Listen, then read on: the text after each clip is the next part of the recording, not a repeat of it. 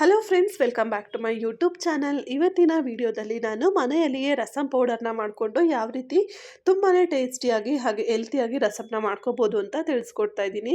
ಈ ವೆದರ್ಗಂತೂ ಇದು ತುಂಬಾ ಟೇಸ್ಟಿ ಹಾಗೆ ಬೆಸ್ಟ್ ಒಂದು ರೆಸಿಪಿ ಅಂತಲೇ ಹೇಳ್ಬೋದು. ಖಂಡಿತ ನೀವು ಟ್ರೈ ಮಾಡಿ.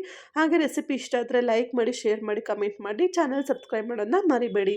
ಇಲ್ಲಿ ರಸಂ ಪೌಡರ್ನ ಮಾಡೋಕ್ಕೋಸ್ಕರ ನಾನು ಧನಿಯಾ 2 ಸ್ಪೂನಷ್ಟು, ಹಾಗೆ ಜೀರಿಗೆ 1 ಸ್ಪೂನು, ಮೆಣಸು 1 ಸ್ಪೂನು, ಹಾಗೆಯೇ ನಂತರ ನಾನಿಲ್ಲಿ ತೊಗರಿಬೇಳೆ 2 ಸ್ಪೂನ್ ತೊಗೊಂಡಿದ್ದೀನಿ. ಸ್ವಲ್ಪ ಕರಿಬೇವು, ಹಾಗೆಯೇ ಒಂದು 1/4 ಟೇಬಲ್ ಸ್ಪೂನಷ್ಟು ಮೆಂತ್ಯ, ಹಾಗೆಯೇ 1 ಮೆಣಸಿನ್ಕಾಯಿನ ತೊಗೊಂಡಿದ್ದೀನಿ. 1 ಮೆಣಸಿನ್ಕಾಯಿ ನಾನಿಲ್ಲಿ ಒಂದು 6ರಿಂದ 7 ತೊಗೊಂಡಿದ್ದೀನಿ. ಫಸ್ಟ್ ಒಂದು ಪ್ಯಾನ್ನ ಬಿಸಿಗಿಟ್ಕೊಂಡು ಅದಕ್ಕೆ ನಾನು 1 ಮೆಣಸಿನ್ಕಾಯಿ ಹಾಗೆ ಕರಿಬೇವು ಎರಡನ್ನೂ ಕೂಡ ಹಾಕ್ಕೊಂಡು ಡ್ರೈ ರೋಸ್ಟ್ ಮಾಡ್ಕೋಬೇಕು. ಯಾವುದಕ್ಕೂ ಕೂಡ ನೀವು ಆಯಿಲ್ನ ಯೂಸ್ ಮಾಡಬಾರ್ದು ರೋಸ್ಟ್ ಮಾಡುವಾಗ. ನೋಡ್ತಿದ್ದೀರಲ್ವ, ಈ ರೀತಿಯಾಗಿ ನೀವು ಸ್ವಲ್ಪ ಹೊತ್ತು ಇದನ್ನ ಡ್ರೈ ರೋಸ್ಟ್ ಮಾಡ್ಕೋಬೇಕು. ಇದನ್ನ ಸಪ್ರೇಟಾಗಿ ಎತ್ತಿಟ್ಕೊಂಡಿದ್ದ ನಂತರ ನಾವು ಬೇರೆ ಏನು ಕಾಳುಗಳನ್ನ ತೊಗೊಂಡಿದ್ವಲ್ವ, ಬೇಳೆ ಮತ್ತು ಕಾಳು, ಅದೆರಡನ್ನೂ ಕೂಡ ಇವಾಗ ಒಟ್ಟಿಗೆ ಚೆನ್ನಾಗಿ ನೀವು ಫ್ರೈ ಮಾಡ್ಕೋಬೇಕು.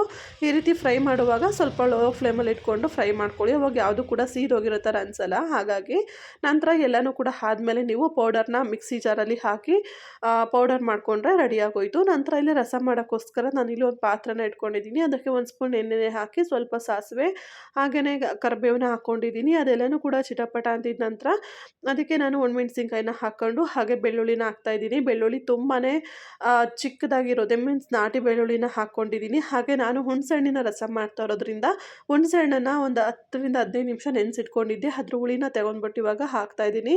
ನಂತರ ಮನೆಯಲ್ಲಿ ಮಾಡಿದಂತಹ ರಸಂ ಪೌಡರ್ 2 ಸ್ಪೂನ್ ಹಾಕ್ಕೊಳ್ತಾ ಇದ್ದೀನಿ. ಇವಾಗ ಇದನ್ನು ಚೆನ್ನಾಗಿ ಮಿಕ್ಸ್ ಮಾಡ್ಕೊಳ್ಬೇಕು. ನೋಡ್ತಾ ಇದ್ದೀರಲ್ವ, ಇವಾಗ ಇದು ಒಂದು ನಿಮಿಷ ಕುದಿಲಿಕ್ಕೆ ಬಿಡಿ. ಅದಾದ ನಂತರ ನಿಮಗೆ ರಸಂ ಎಷ್ಟು ಕನ್ಸಿಸ್ಟೆನ್ಸಿ ಬೇಕಲ್ವ ನೀರು ಅಷ್ಟನ್ನು ಹಾಕ್ಕೊಳ್ಬೇಕಾಗತ್ತೆ.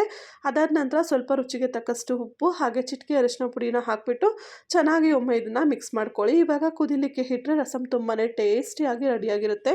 ಹಾಗೆ ತುಂಬಾ ಬೇಗ ಮಾಡ್ಕೋಬೋದು. ಇದಕ್ಕೆ ಯಾವುದೇ ಬೇಳೆ ಬೇಯಿಸು ಅನ್ನೋಂಗಿಲ್ಲ, ಏನೂ ಇಲ್ಲ, ತುಂಬಾ ಟೇಸ್ಟಿಯಾಗಿರುತ್ತೆ.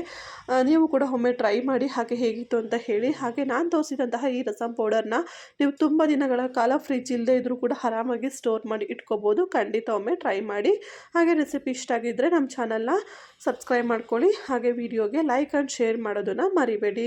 Thank you so much for watching. ಮತ್ತು ನೆಕ್ಸ್ಟ್ ವಿಡಿಯೋದಲ್ಲಿ ನಿಮ್ಮನ್ನು ಭೇಟಿ ಮಾಡ್ತೀನಿ. Take care, bye, love you all.